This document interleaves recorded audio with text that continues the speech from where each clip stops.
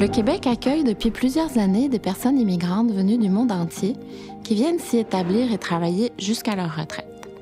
Quels sont les facteurs qui vont influencer le montant des prestations auxquelles ces personnes immigrantes auront droit au moment de quitter la vie professionnelle et quelles sont les conditions pour percevoir les prestations de retraite du Canada et du Québec?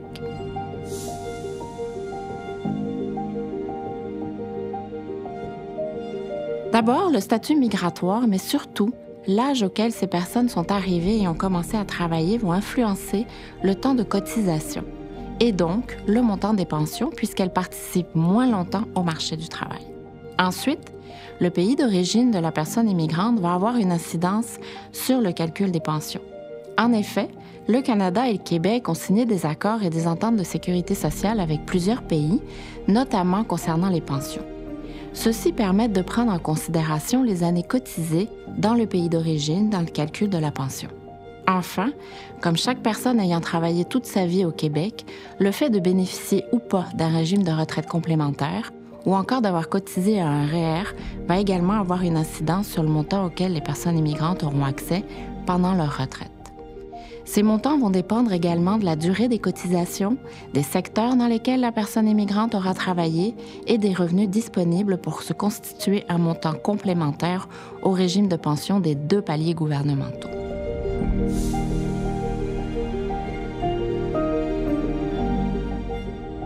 Pour percevoir la pension de sécurité de la vieillesse, il faut être âgé de 65 ans ou plus, être citoyen canadien ou résident autorisé, et avoir habité au Canada pendant au moins 10 ans après l'âge de 18 ans si l'on réside au Canada, au moins 20 ans après l'âge de 18 ans si l'on réside à l'étranger.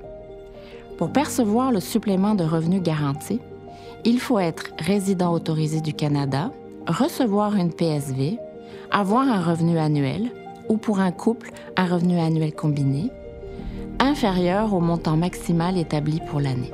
Les personnes immigrantes parrainées ne sont pas admissibles durant la période de parrainage, à moins d'avoir habité au Canada pendant 10 ans après l'âge de 18 ans ou que l'accord de parrainage prenne fin.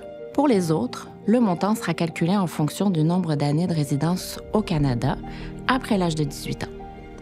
Pour les personnes ayant cotisé moins de 10 ans après l'âge de 18 ans, il est possible d'être admissible à une prestation partielle qui augmentera graduellement chaque année de résidence supplémentaire au Canada jusqu'à un maximum de 10 ans si elle a vécu ou travaillé dans un pays qui a conclu un accord de sécurité sociale avec le Canada.